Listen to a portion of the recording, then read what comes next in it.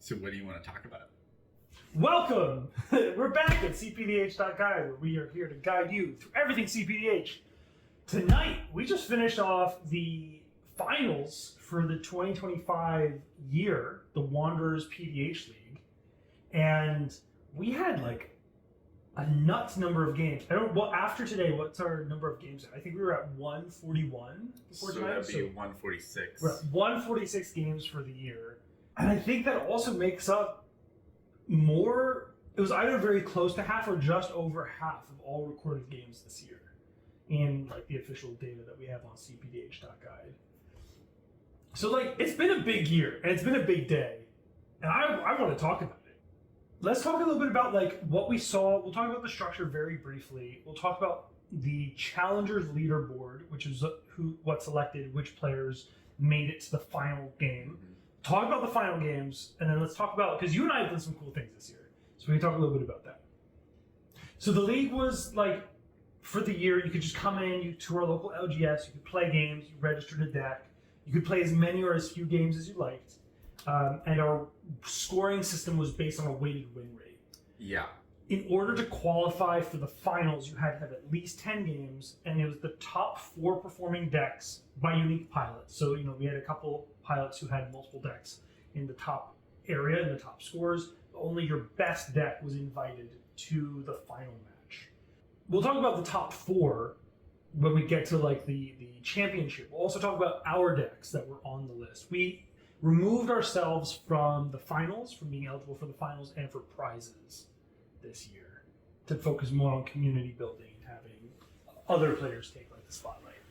When we started the league, we had already been playing Pauper Commander for about a year, and we had, developed our proficiency in playing and our deck building, and we order our cards online, and we're doing our best to build decks that are competitive, that are going to win against 3 opponents. Yeah, because I want to fuck Kevin up. Primarily, it's like I want to win. And a lot of the people who came into the league came, fresh to Pauper Commander. Most of them had played regular Commander before, and when they came into Pauper Commander, they weren't really attuned to the format the same way we were. So we wanted it to be a fair opportunity for everyone to compete, not just against the 2 of us that were very seasoned at the time, but for us to function more like guides and helpers, and also to put ourselves in that mindset.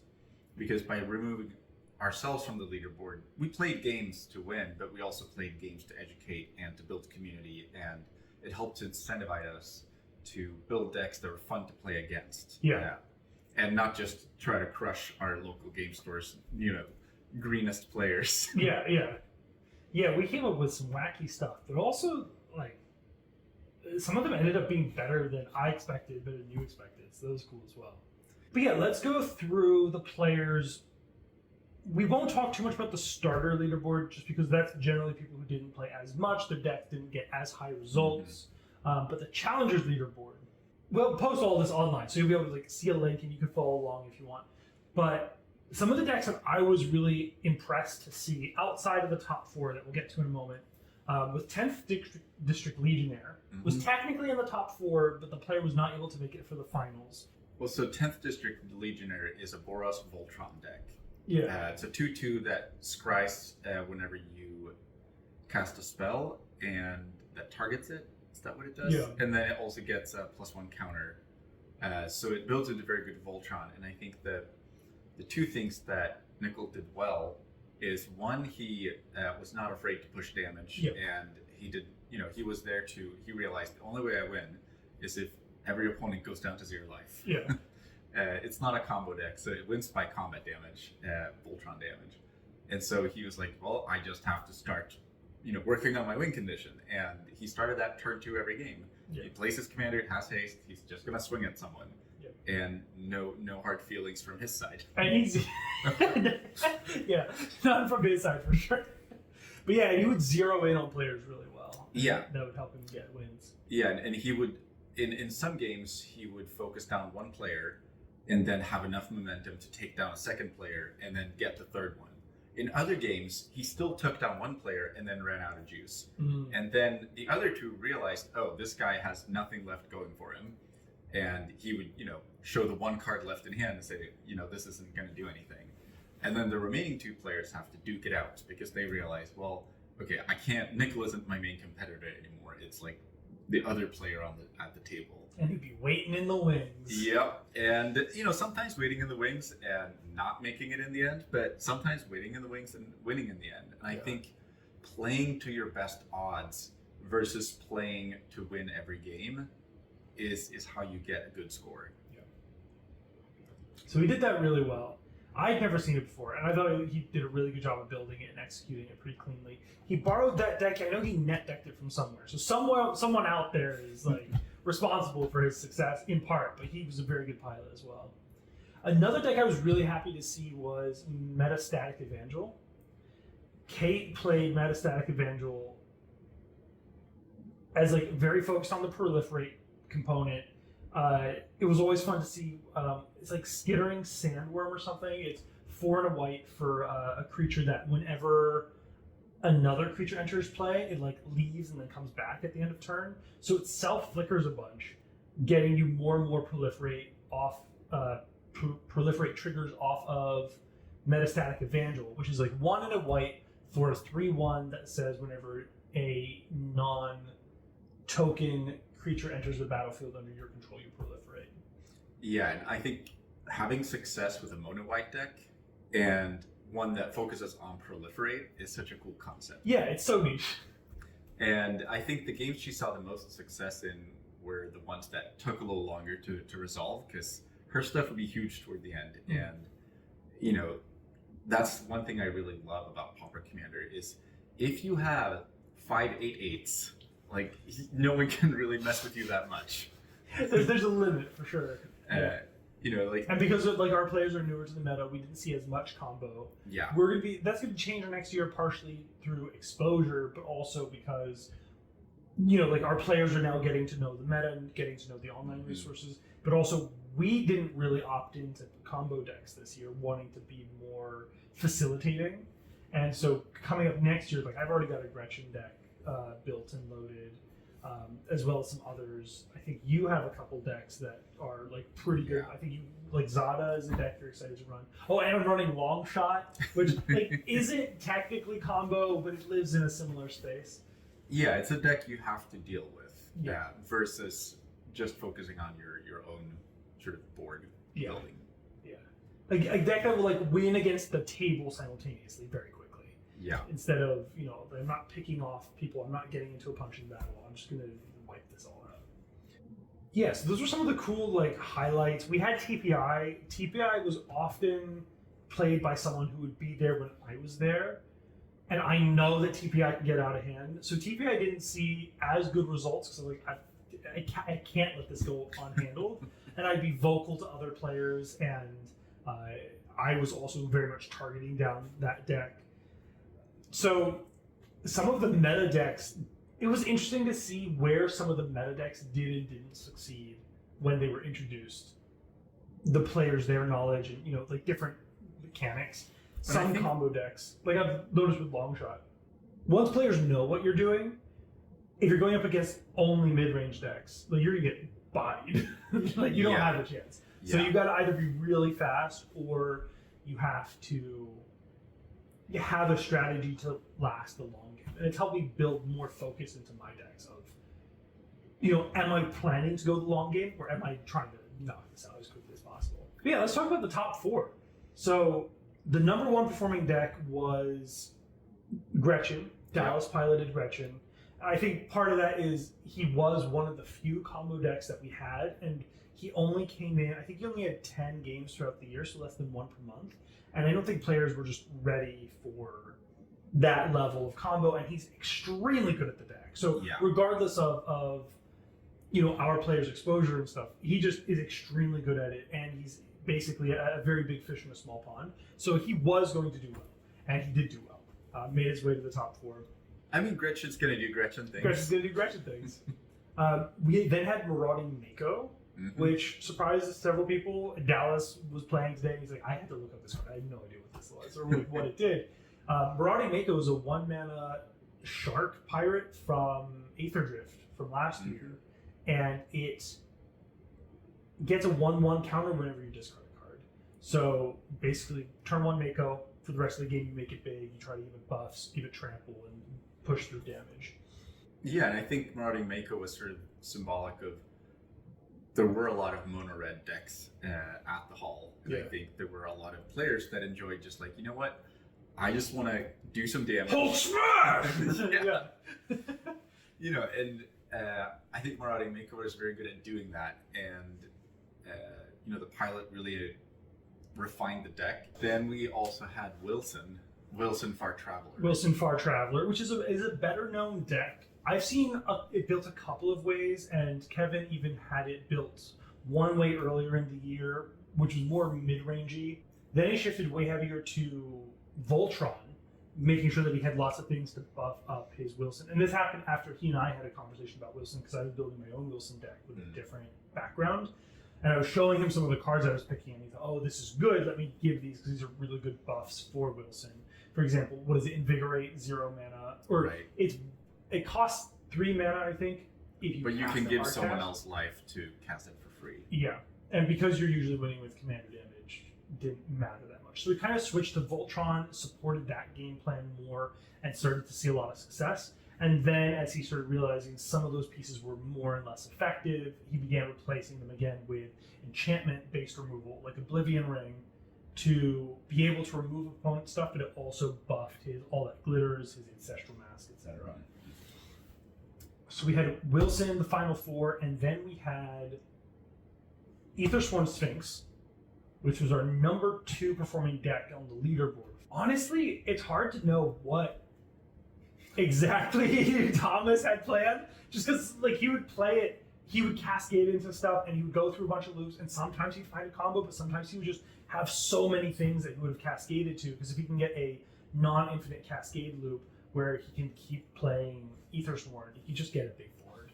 So it did weird control-y, combo-y artifact stuff, and I'm still not clear on exactly what his goal is with the deck, but it did see success, and he was able to be very flexible. When key pieces would get removed, he would just start turning to damage, and he had, you know, Filigree Attendant, his commander that he would push for commander damage. So he would transition more to combat damage, but when he had the opportunity to get loops and get combos going, he would run those and start to blitz out the table, either removing tons of permanents or with a Helix-based combo. That deck felt a lot like a sort of good stuff deck, where it has a lot of good stuff in it. It doesn't have one committed game plan, which means it's really hard to counterplay. So our top 4 players joined today to have the championship game, and we decided to try a unique format because we decided we're only going to have 4 players based on the size of our player pool. We're going to have 4 players that are going to be in the finals. How do we make this a little more interesting? We decided to do first to 2 wins. So you play a game, whoever wins goes to seat 4, and the rest of the seating order adjusts, and then you play another game, and you just keep playing until one of your players gets to 2 wins. I didn't think it would go a full 5 games. It went a full 5 games. Game 1 went to Kevin on Wilson Far Traveler. It was the first game. Everyone knew that Gretchen was going to be a problem, so Gretchen got focused down pretty fast, pretty early. And after Gretchen was gone, it was a bit of a slugfest between the rest.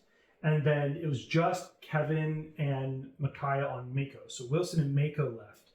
And Mako was in a very good position, swung in, but Kevin did have the crib swap. Which he got from the newly released Lorwyn set. Yeah. He has the uncommon, and I helped him find it. I got him a foil version. Oh, nice. Yeah. So he foiled Micaiah's plans, got rid of Mako, and then was able to use that time to get enough damage in the next 2 turns. So that ended out game 1. He got moved to seed 4, played again.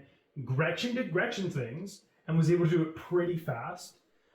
So there was also more of a split in game 2 where Kevin had just won a game and no one wanted him to win again. And Dallas, throughout every game, was very patient but also very political in terms of sowing ideas and knowing that even if he was going to lose this game, he could say things that would inform the future games. for the rest of the day. And he did a really good job in that game of, using the fact that Wilson, Far Traveler, had won, directing attention there, got himself a win. But yeah, Dallas is a remarkable player. And he's so fun. I was sitting next to the game for most of the day, and I was laughing most of the time because they were having a good time. He was cracking jokes. He's always fun to have around and play with. Game 3 had a pretty interesting start where Gretchen had out an untapper and Wilson was on the board, and Marauding Mako threw out a what is it called? Is it Blazing Crescendo? It's the dealing 2 damage to everything to all non-pirates, and his commander's a pirate, so his commander was only a 2/2, but he killed only the untapper and Wilson, so he set everyone else back pretty far. Got Mako up and started smashing people. Did very effectively at smashing down the 2 players who had already won, so Wilson and Gretchen. Didn't pay as much attention to Thomas on Aethersworn Sphinx. Thomas was able to find a loop. I was watching, I couldn't say anything because I'm an organizer, so I wasn't saying anything, but he had a loop on his board. He finally found it he had a Mirren Spy, he had a Relic of Progenitus, and a Banishing Helix in hand. It's Banishing Helix, the Retraction Helix, there we go. When he finally saw it, he realized he could, and he also had Ethereum Sculptor. So his Relic was 0 mana to cast. He could keep casting it, bounce it back to hand, and whenever he played it again, the Mirren Spy would untap the thing that, I think it was a Soul's Attendant, that had the Retraction Helix effect on it. So he could bounce it again and again, had a Golem Foundry in hand, played it, got infinite counters, instantly went up to 3,000 life, had 3,000 extra counters, made 3,000 golems. And he had a way that he could have taken out another player that turn, didn't recognize it, so that didn't happen until the following turn. But once he had a huge amount of resources, the win was inevitable, he just had to get there. Interestingly though, Mako was large enough and had the equipment that I don't remember what it's called right now, but it's 2 mana, mana to equip, and it has trample and can only be blocked by 1 creature. Oh yeah, Vorax Battlehorn. Yes. So he almost, even with this massive wall of golems, still almost got enough damage to win the game. Didn't quite work out, and the army of golems won game 3. And it was interesting because in that game as well, we started to see the effect of having the first to 2 wins add an additional political element. It was something that I was just really curious to try. Now that I've tried it, I can say that it was a really cool concept. And if you're ever running an event like this where you only have 4 players and you want it to be a sizable championship, this is a great way to do it. But if you have a larger player pool, if you're, you have 100 players or whatever entering your tournament, it's definitely not worth doing. It is very repetitive, which can be good and bad. But also this additional political element meant that the 2 winning players just got smashed very early on. And that left a door open for one of the players who hadn't won to be able to just accumulate value while they got into a scuffle with each other. That's the one thing that I would say was a downside, and why I probably won't try to run anything like this again, just because it does encourage more of that, not quite king making, not quite fight playing, and it is strategically relevant to take care of those players so that you can best your odds going into the next game of getting to 2 wins. But it did mean that people were gunning each other down in a very specific way. And in game 4, there was a little bit of exhaustion. Our Mako player started to make some hasty decisions, and I don't think was thinking through things as clearly. He's also a little younger, and I think it was a long time for him to focus on one thing. He came out the gate just wilding, and no one really knew how to handle him because he didn't know what he was going to do next. He didn't do plays that looked like the best play. He's like, I want to do this now, and he would just do it. And because he was kind of chaotic, that gave him an advantage somehow, and he ran away with game 4, just being a bit of a wild card. He also just emptied his hand early, just like destroying people's things. And not necessarily the most tactical moments, but still just clearing the board of anything that he didn't like. In this game, he happened to have the resources to just keep going and going and going, and it worked out for him. So game 4 went to Mako, and now we have everyone with 1 win under their belt. So the last game was going to be whoever wins it takes it. Aethersworn Sphinx started building up resources, and people started to see the pattern of, oh, this could get out of hand, so we started getting focused down, got taken out. Then we see Gretchen kind of stall out, doesn't have many cards, there's a bunch of land, a bunch being about 7 lands and an untapper. But no, that's right, the untapper got stolen by an enchantment, like an O-ring type effect from Wilson. Yeah, trapped in the screen. Mako had a choice whether to go, because they had the ability to kill a player. The Wilson player was tapped out and had several cards in hand. Yeah, 4. 4 cards in hand, and decided to go and take them out, leaving Gretchen up. Knowing that I don't know, because I didn't hear the player banter. Wilson did have a removal spell in hand, ready to handle Mako, which had been invested in, had a bunch of 1/1 counters to make it like a 7/7 8/8. Yeah. So it would have been a repeat of game 1 if Mako had gone for Gretchen, and then tried to do a 1v1 versus Wilson. Yeah, because Wilson had the removal spell, and Mako has no way to protect itself from that. Yeah, especially because it was a crib swap again? I think it was, yeah. So it was an exile effect, so it wasn't even something that could be regenerated from. Wilson got handled. Gretchen didn't really have anything, had 1 card in hand that wasn't relevant to the game. But Gretchen got back her land untapper. From when Wilson died. Yeah. Because the O-ring that trapped in the screen is now gone, and the land untapper comes back. And she had a land that tapped for, or Dallas had a land. Talking about the commander. Yeah, whoever. Had a land that tapped for 4 mana. So the land untapper effectively gave 1 extra Gretchen activation per turn cycle. After that, And so Gretchen was just able to fog. They had a fog in hand. Well, so they didn't have that fog in hand until they activated Gretchen a couple of times. So it was 1 turn cycle later they had the fog in hand. And they didn't use it. So they let Mako smacked them for a non-lethal amount of damage, held onto their resources, invested those resources in drawing and ramping more to fuel their future turns. Then went into, I think it was the 2nd turn after that, waited until Mako came in with a lethal amount of damage, fogged, had a couple of other things to buy time, and then was able to finally find its infinite with an untapper and the soul bond creature that lets you pay 3 to untap. Yeah, so they had the soul bond creature, and I forget. Yeah, it was like the soul bond creature whose name I don't remember, and then an untapper and a land that was then tapping for. I think 6 mana. It was tapping for 4, and then on the draw of his winning turn got the Market Festival that gives it 2 extra mana, and was able to start tapping it for 6, paying 3 to untap, and so went infinite that way. And then at that point, the Mako player realized the loop and was like, yeah, you got this, and so they scooped. Yeah, and I talked to Dallas, and he said that in preparation for this tournament, he saw that up against a lot of beater decks, 2 Voltron decks, so he actually had switched his deck list the day before, put in like 3 or 4 fogs, taken out some life gain because he wasn't up against pingers. Although there was one game where Mako had a bunch of oh my god, he's getting 5 pings, 5 damage per non-creature spell. It eliminated at least 1 or 2 players that way. But yeah, so I think it was also something where Dallas had intentionally, fine-tuned the deck to go up against these Voltron commanders. Yeah. He and I spoke about his deck list, and I was inspired, so I made it 3 months ago whenever we put out that video.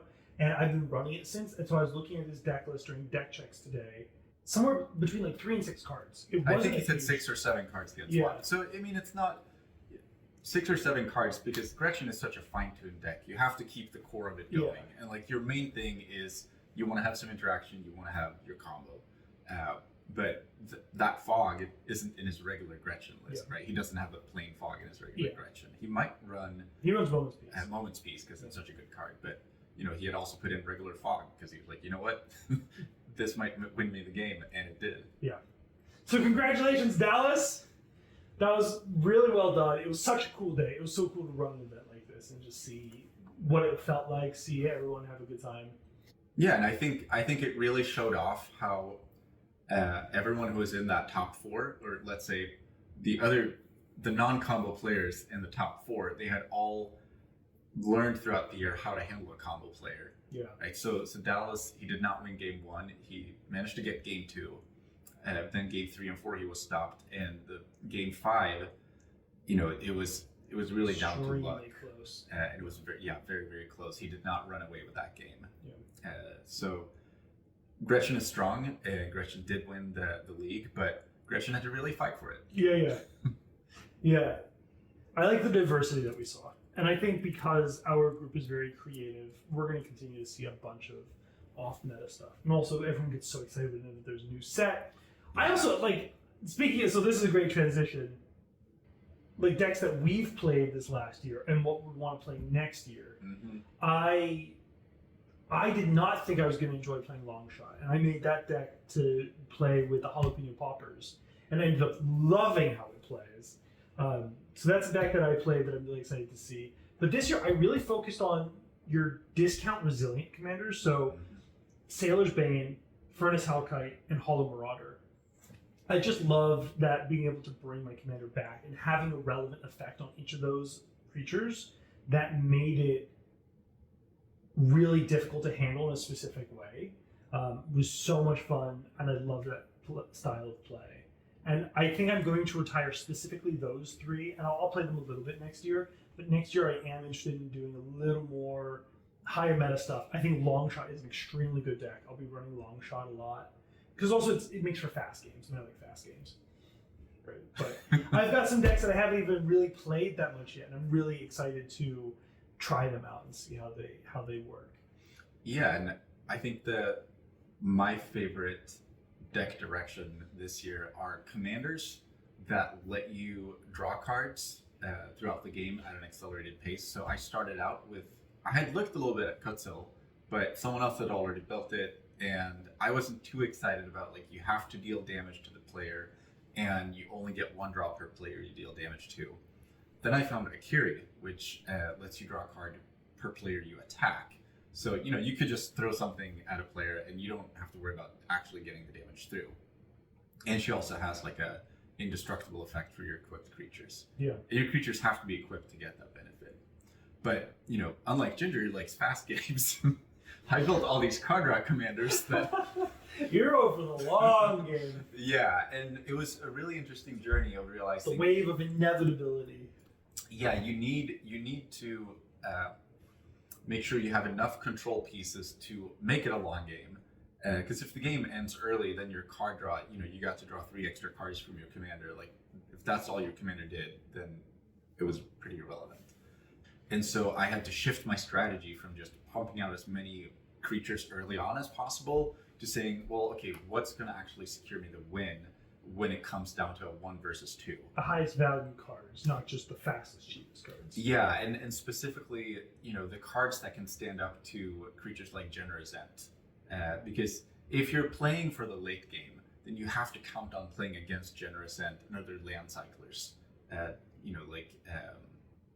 The Troll of Khazad-dûm and other ones. So I put in Luxnight Breacher, which is a newer card from Edge of Eternities. When it comes in, it gets a +1 counter for every creature you control and for every artifact you control. So suddenly getting a huge creature on the board, now you can deal with all of these big land cycler threats that are going to be there late game. And learning how to navigate the late game meta was a really interesting journey. And then I built Spider, piloted by Penny from the Spider-Man set. And it's an Azorius commander. It draws you a card every time you deal damage to a player. So you can get multiple draws from the same player by dealing damage multiple times. You're not capped at 3 per combat. No, and specifically, what I noticed with Akira, if it comes to a 1 versus 1, then she doesn't have that great of a card draw advantage anymore. You draw 1 extra card per turn. Yeah. But now if you get someone for 5 different little 1/1s with unblockable, that's still 5 cards that you're drawing. Yeah, and I initially built Spider with a lot of flyers that came in with counters and that maybe grew a little bigger, that had training or mentor, and it just wasn't enough. You have a 5/4 flyer in the late game, you think that's good, but then you're up against Generous Ent, and suddenly you're not feeling so good anymore. Yeah. And so that's where I've taken her now in the direction of just focusing on unblockable and also horsemanship and shadow. I think with that, it's really navigating the late game meta or the late game landscape of, being able to deal with big creatures and being able to get around them. Because you don't want to, if you can survive a couple of hits from a Generazent, you don't want to throw away all your removal on like their big blocker. Like you want to save your removal from the stuff that's actually going to take you out. Yeah. Also, I think you've had some particularly bad experience. I haven't seen these games, but you've been mentioning Generazents a lot. You're like, yeah, well, fuck this Generazent. And so I would say that's your big theme of the year, is you really locked into this idea of things that draw you cards during combat. So you had Akiri, you were thinking about Kutzil, you've talked about still maybe building it, Spider, and we also have the new Marvel Merfolk lore that buffs plus gives you basically the Spider effect. I will say one of the cool things about Spider as well is that it's in blue. So you're starting to find this effect in blue, and that's where I think you have really good control elements there as well. So you've got your bounces, your counters, your really effective removal. And so, you're introduced to a way broader tool set. So you were on combat draw engines. I was on discount commanders that were always going to cost 1 or 2 mana, usually with like Voltron effects. I've thought a lot about building Diamond Weapon. I don't see it being great, and I think that's what drew me to the other. I was like, oh, this is such a cool strategy. You can get in for so much damage. I still might build Diamond Weapon, but I'm not confident yet. Like, there's a couple of cool synergies with it having a ton of power, like Metamorphosis. But I don't know. I keep tinkering with it and then being like, nah, this isn't as good as I think it is. But I've done that with other decks where I started, thought it was bad, and then left, and then came back and polished a real gem. So we'll see what happens. All right, tell the people something. Well, we're very excited about wrapping up this year's league, and next year it's going to be an exponential difference in scope and growth. Yeah. More on that later. We're really excited. We've been working hard on making year 2 better and making it cooler for our environment, but also we're going to try and make sure that people around the internet can get in, whether it's in their own LGSs or whether it's online play. So stay tuned. We'll give you more. We're out.